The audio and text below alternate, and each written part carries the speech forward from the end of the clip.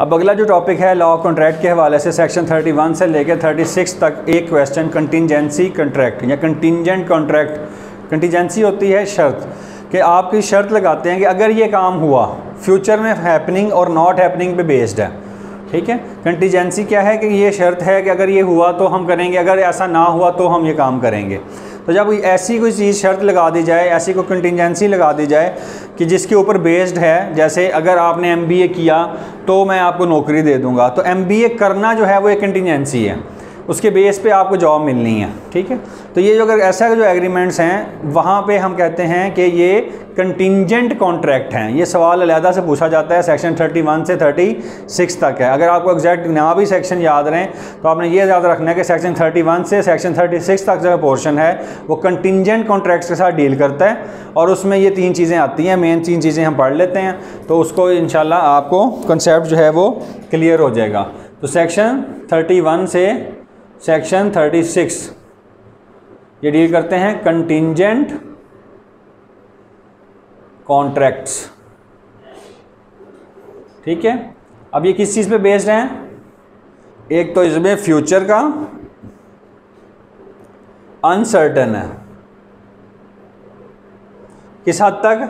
Happening and not happening पे based है। ठीक है, तो अगर कोई ऐसा इवेंट है कि फ्यूचर इवेंट के ऊपर बेस्ड होगा जिसकी हैपनिंग और नॉट हैपनिंग पे आपका मामला है, जैसे अगर साल के अंदर मेरा शिप आ गया तो मैं ये जो मेरे कार्गो आएगा वो मैं आपको ये सामान इतने रेट पे दे दूंगा। ठीक है, अब शिप आएगा तो अगर शिप ही डूब जाता है तो आप वो कॉन्ट्रैक्ट नहीं परफॉर्म नहीं कर सकेंगे। तो यहाँ जो परफॉर्मेंस है वो हैपनिंग और not happening of A future event के ऊपर बेस करती है।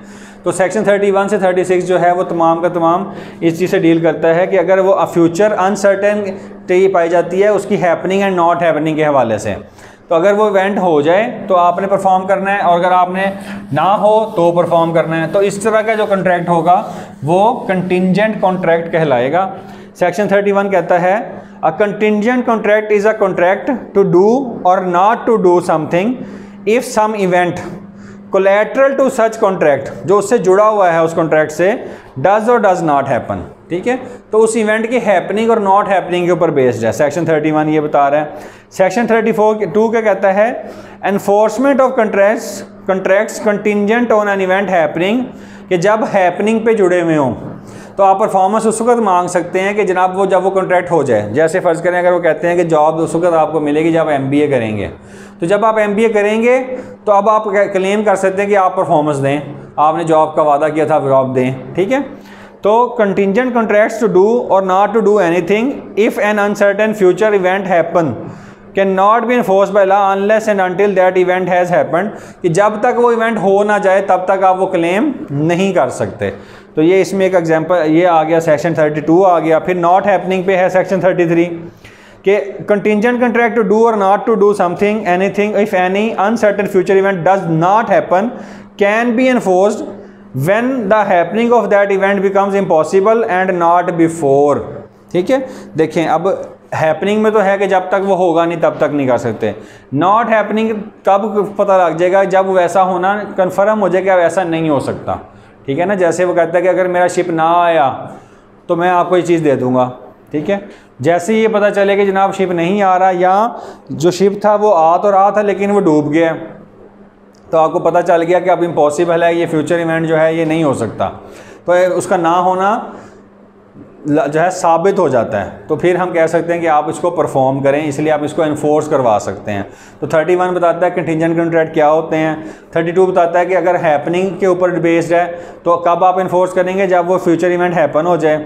और अगर 33 बताता है नॉट हैपनिंग पे बेस्ड है, जब फ्यूचर इवेंट का होना इम्पॉसिबल हो जाए, तो नॉट हैपनिंग हो गया तो फिर आप क्लेम करेंगे। इसी तरह सेक्शन 34 ये बताता है कि वह कब आप उसमें टाइम को हमने मैनेज करना है। ठीक है,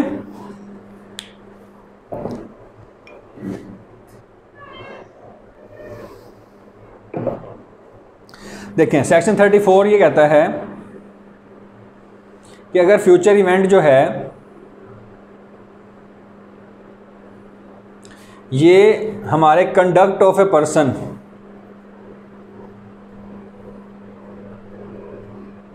कंडक्ट ऑफ ए पर्सन पे बेस्ड है तो हमें उसका कंडक्ट बता देगा ये फ्यूचर इवेंट होगा या नहीं होगा। जैसे MBA वाली बात है, अगर वो जिस शख्स की बात हो रही है कि ये MBA करेगा तो हम जवाब देंगे, अगर वो शख्स कर ही मेडिकल साइंस में चला जाता है, MBBS में दाखिला ले लेता है, तो ये कन्फर्म होगा कि ये MBA नहीं करेगा। तो अगर उसका कंडक्ट हमें बता देगा कि फ्यूचर इवेंट होने वाला है या नहीं होने वाला है, तो ये अगर वो MBA में दाखिला ही नहीं लेता, वो MBBS करने लग जाता है, तो हमें ये पता चल गया कि ये शख्स जो है अब ये कभी भी ये मामला नहीं करेगा और जो मामला हमने तय किया था वो कभी भी नहीं हो सकता। तो अगर वो नॉट हैपनिंग पे बेस्ड है कोई चीज़, तो वो फिर आप उसको क्लेम कर सकते हैं कि जनाब अब ये ऐसा नहीं होना, आप अपना करार जो है वो पूरा करें।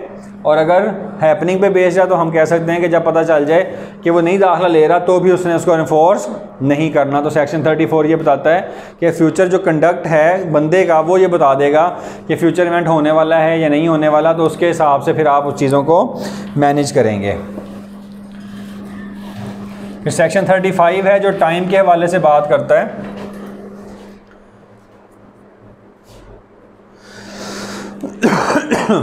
देखें सेक्शन 35, इसमें टाइम की बात होगी। पहले हमने देखा कि हैपनिंग और नॉट हैपनिंग पे बेस्ड है, तो एक सिनेरियो है हैपनिंग का और दूसरा है नॉट हैपन। ठीक है, हम कहते हैं जी 1 ईयर का एक हम टाइम सपोज कर लेते हैं।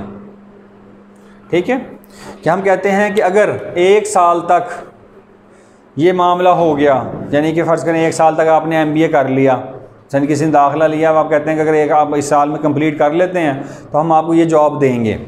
ठीक है, तो आप 1 साल तक का वेट करेंगे, उससे पहले आप कोई भी चीज़ इन्फोर्स नहीं करवा सकते। इसी तरह आप कहते हैं जी 1 साल तक अगर मेरी शिपमेंट आ गई तो मैं आपको ये जो फलानी प्रोडक्ट है ये उस पर शिपमेंट में आ रही है, मैं आपको सेल कर दूंगा इस रेट पे। तो आपको 1 साल तक का वेट करना है, 1 ईयर वेट आएगा इसमें, कि अगर वो 1 साल तक होगा तब तो ठीक है, अगर वो 1 साल के तक नहीं होता, वो काम नहीं हो पाता, तो वो आपने उसको वो वाइड हो जाएगा, उसको आप परफॉर्मेंस ही नहीं करेंगे क्योंकि इवेंट हैपन ही नहीं हुआ। लेकिन इस सिनेरियो में यहाँ पे क्या है कि अगर नॉट हैपनिंग का हो कि 1 साल तक अगर ना आया, अगर मेरा शिपमेंट ना आया या 1 साल तक अगर आपको जॉब ना मिली तो मैं आपको जॉब दे दूंगा, तो जो 1 साल का वेट है वो फ़र्ज़ करें हम कह रहे हैं कि 1 जनवरी 2020 है और वेट करते हुए हमने 31/12/2020 तक का वेट करना है हमने। ठीक है, तो हमें नॉट हैपनिंग का वेट करना है उस वक्त तक, अगर इस वक्त तक ना हुआ तो हम उसकी परफॉर्मेंस करवा सकते हैं। लेकिन अगर फ़र्ज़ करें हमें 2 फरवरी 2020 को पता लगता है कि जो शिपमेंट आ रही थी वो डूब गई है, शिप इज़ wrecked।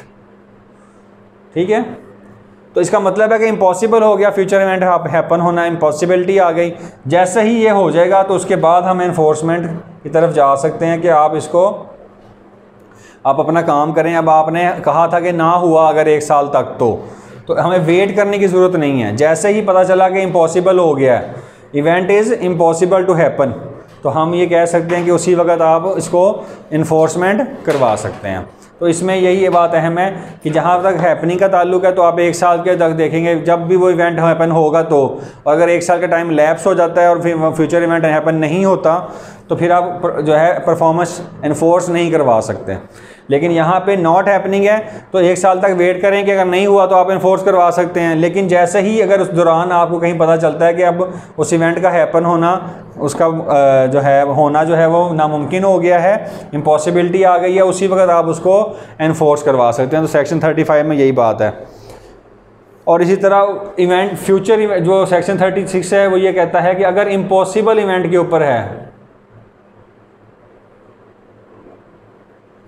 ठीक है, इम्पॉसिबल इवेंट है, ऐसा कोई इवेंट है जिसका होना मुमकिन ही नहीं है। ठीक है, कि जैसे अब फ़र्ज़ करें कोई शख्स है जो 80 ईयर्स की एज रखता है, उसको कहा जाए कि अगर आपने PhD कर ली और उसने पढ़ा, पहले MBBS पढ़ा हुआ है, उसे कहते हैं कि मास्टर जो है आपने बिज़नेस एडमिनिस्ट्रेशन में PhD कर लें। तो इसी तरह किसी भी तरह की कोई इम्पॉसिबिलिटी है, हम पहले से पढ़ते आ रहे हैं कि जहाँ पे इम्पॉसिबिलिटी आ जाएगी वो एग्रीमेंट्स वाइड हो जाते हैं, वो कॉन्ट्रैक्ट्स ठीक नहीं होते। तो सेक्शन 36 भी यही कहता है कि contingent agreements do not to do anything or not to do anything if impossible event happens। Are void. ठीक है, तो इम्पॉसिबल इवेंट की जहाँ तक बात है वो सारे के सारे जो आपके कॉन्ट्रैक्ट्स होते हैं वो वॉइड होते हैं। तो सेक्शन 31 से 36 तक जो बात है वो कंटिंजेंट कॉन्ट्रैक्ट के हवाले से है। सेक्शन 31 कंटिंजेंट कॉन्ट्रैक्ट को एक्सप्लेन करता है, सेक्शन 32 हैपनिंग ऑफ इवेंट की बात करता है, section 33 not happening of event की बात करता है, सेक्शन 34 जो है वो किसी फ्यूचर कंडक्ट की बात करता है। अगर वो पर्सन के कंडक्ट पे हो तो पर्सन का कंडक्ट हमें बताएगा कि फ्यूचर इवेंट होने वाला है या नहीं होने वाला है। सेक्शन 35 टाइम के हवाले से बात करता है कि टाइम अगर हम उसमें देखें, टाइम फिक्स कर दें तो जो भी टाइम फिक्स करें उसमें हैपनिंग और नॉट हैपनिंग का सिनेरियो ये होगा। और सेक्शन 36 यही बताता है कि अगर इम्पॉसिबल फ्यूचर इवेंट की बात हो रही है तो उस पर जो बेस्ड होंगे एग्रीमेंट्स वो सारे के सारे वॉइड होंगे। तो ये सेक्शन 31 to 36 जो है ये आपका जो है वो क्लेम कर जो है पूरे का पूरा कंटिंजेंट कॉन्ट्रैक्ट्स के हवाले से है। तो ये एक सवाल पूछा जाता है, इसको अच्छे तरीके से तैयार करें। तो ये इसको सेक्शन के हवाले से आपने एक्सप्लेन करना है। Section 31 to 36 is related to contingent contracts.